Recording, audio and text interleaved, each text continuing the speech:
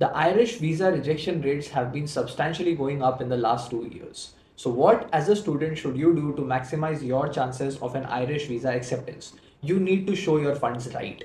So, in this video, we are going to talk about the common mistakes that most of the students do while presenting their funds to the authorities. We are going to speak about who all can be your sponsors, how much they can show in fundings, and the bifurcation of your living costs and your tuition expenses. We are also going to touch upon topics such as the documents that you need to show in order to prove that you will be able to fund your Irish trip. So let's dive straight into the video. So before we start the video, I need to mention and notify that Uniflik Tech Private Limited is not an authorized immigration advisor. All the information delivered in this video is based on online research and none of it is personal guidance or guidance at Uniflik's level. So first and foremost, we are going to discuss what are the sources of funds that you can exactly use. So when you are showing these funds, you need to keep in mind that you only show them out of the following sources. The sources can be cash in your bank account. They can be in form of FDs or RDs. It can be in form of PF or EPF. It can be in sort of any liquid holdings.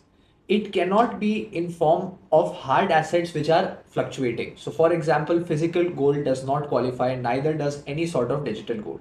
Real estate does not qualify. Mutual funds, again, because they are fluctuating, do not qualify. So in short, the source of the funds should be liquid and you should have proof of the fact that they are liquid. So for your reference, I'm going to list down all the qualified sources of funds down in the description. Go and check it out. Now, a lot of you might be wondering by now that why did I not mention an education loan to be a qualified source of funding? This is because for Ireland specifically, showing all of your fundings with an education loan can actually become problematic for you.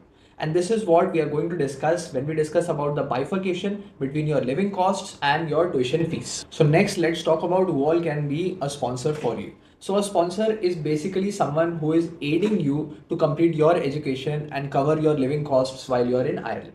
It could be anybody such as your parents, your family members, or even your friends. But who all out of these can preferably be your sponsors so you have higher chances of a visa acceptance? So the best sponsors that you can ever have are your parents or your siblings because they are the closest to you in your family tree.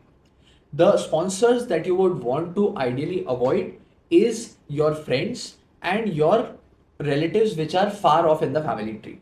So the best scenario for you to have a sponsor is someone close in your blood relation. Now, who all are qualified to be a sponsor? Well, on paper, anybody can become your sponsor, but they need to show stable income year over year in their books, in their accounts. How do they do that? They need to be continuously filing ITRs, and that is the most important proof that the sponsor is well off and they can take up your expenses as well as their own while they are in India and while you're abroad. So they need to be financially well off and need to have stable cash flows in their bank account. The most and the best case scenario for you is that the sponsor is employed with a stable salary. The sponsor can also be self-employed, in which case you will have to display the statements of the current accounts of which your sponsor is the owner of. Now we are going to discuss a few common mistakes that most of the students do. Mistake number one: transferring the funds from your sponsor's account to your personal account. It is completely unnecessary to do that. You can keep the money in your sponsor's account individually. There is a way to show individual accounts also when you are applying to the visa. So you don't need to transfer any funds from your sponsor to yourself. Now, if you want us to keep bringing you such content, hit that subscribe button down below. Keep updated to all the realities in Ireland, and we are going to give you ground checks of everything that's happening in the country from an Indian student's point of view. Another common mistakes that most of the students do is that they make huge transactions within the 6 months period in their or their sponsor's bank account. No, you need to take justification and you need to prove it to the visa authority that why these transactions were done. So avoid them in the first place. Don't make big transaction within those 6 months and you'll be all good. Mistake number three is that they take loans from relatives to sponsor their Irish trip. That is a very bad practice. If you really want to take up a loan from a relative, don't take a loan, call them your sponsor, get an affidavit signed, get them to become your official sponsor, and that will suffice. In order to justify those 6 months of statements of your own bank account, you need to give the justification of every transaction that is done. And if the authority finds out that that you have taken a loan from one of your relatives, it is going to be a huge red flag. Now let's talk about how much in total funding do you need to show for your visa application, and also talk about the bifurcation part. So there is a very simple formula to the total funding that you need to show.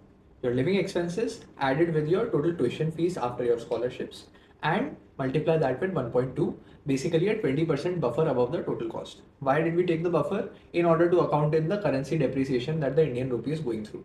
By the time you actually start maintaining the funds, and by the time you actually apply to the visa, there could be a huge depreciation in the Indian rupee, and in order to account for that, we need to maintain a buffer amount. Now, what is the visa authority's requirement for you to maintain? The visa authority needs you to maintain 10,000 euros for your living expenses, and those 10,000 euros can be maintained with the help of a student loan. However, it is not advised to do so. That is because the living expenses need to be disbursable on hand at any moment of time. So the Irish Visa Authority would want you to hold cash for those expenses, any sort of liquid funds that I mentioned earlier in the video. The loan can be used to fund your tuition expenses, but the living expenses, the 10,000 euros, need to be mandatorily coming out of liquid funds which belong to your savings and which belongs to your parents or your sponsor savings. Now let's talk about the duration for which you need to maintain these funds in your bank account. So the visa authority needs you to maintain it 6 months prior to your visa application. So let's say you are applying to the visa in the month of June. So you need to start maintaining it from January of that year. So 6 months of funds need to be maintained in your bank account or any source of funds that you are about to shoot. And finally, now let us discuss about the exact documents, the funding related documents that you need to carry with yourself.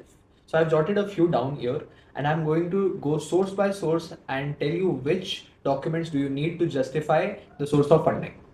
So first is savings account. So if you're showing your savings account, which you need to mandatorily show for those 6 months, you need to have the 6 month bank account statement signed by the bank. You need to have a 6 month passbook copy, preferably. And on top of it, you need to have, most importantly, the balance confirmation letter. A balance confirmation letter is a letter signed by the manager of the bank branch that you have your account in. So they are going to confirm that yes, this is indeed the balance at this date in this particular account, and you need to get that.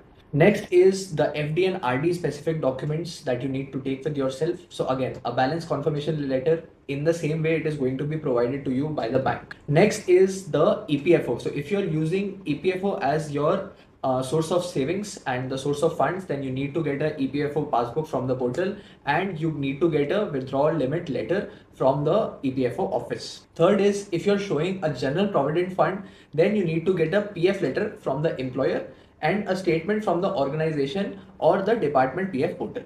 Alongside this, you need a withdrawal letter issued by the employer. Now coming to what all documents do you need to show to prove that you have actually got a loan. So number one, you need to show the full sanction letter, and you also need to show the savings account to which the loan was disbursed. Okay. Next, you need to show the disbursement letter. And if you've got the loan using a collateral, so if it is a collateralized loan, you also need to show the documents corresponding to that collateral to the visa authority.